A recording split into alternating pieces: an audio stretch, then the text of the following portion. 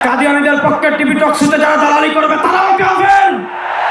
কাদিয়ানীদের পক্ষে যারা সংসদে দালালি করবে তারাও কাফের।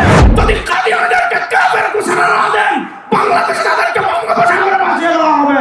ভারতের আধিপত্যবাদকে পরাজিত করেছি, এই বাংলাদেশে ভারতের দালালি চলবে না, আমেরিকার দালালিও চলবে না। আমেরিকা ছাড়া প্রথম যে কথা বলবো, এখন দিন এটা যেমন সত্য, এখন আমরা সোহরাদি উদ্যানে আছি এটা যেমন সত্য, তার চেয়ে বড় সত্য হলো কাদিয়ানীরা কাফের।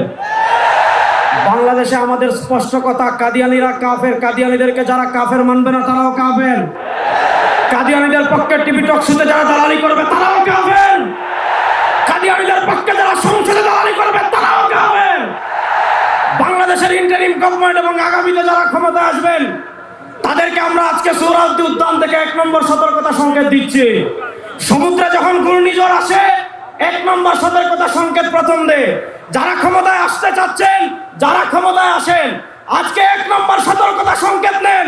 আগামীতে বাংলাদেশে এমন ভূমিকম্প তৈরি হবে, যদি কাদিয়ানীদেরকে কাফের ঘোষণা না দেন, বাংলাদেশে তাদেরকে বঙ্গোপসাগরে ভাসিয়ে দেওয়া হবে।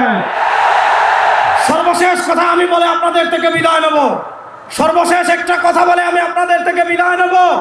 ইনশাআল্লাহ 2024-এর জুলাই আগস্টের গণবিপ্লবের পর ভারতের আধিপত্যবাদকে পরাজিত করেছি, এই বাংলাদেশে ভারতের দালালি চলবে না, আমেরিকার দালালিও চলবে না। যদি আমেরিকা আলোচহাত বলে কাদিয়ানীদেরকে রাষ্ট্রীয়ভাবে মুসলিম ঘোষণা না করা হয়, যদি কাদিয়ানীদেরকে মুসলিম ঘোষণা করার জন্য যুদ্ধ করার প্রয়োজন হয়, আমরা যুদ্ধ করার জন্য প্রস্তুত আছি ইনশাআল্লাহ।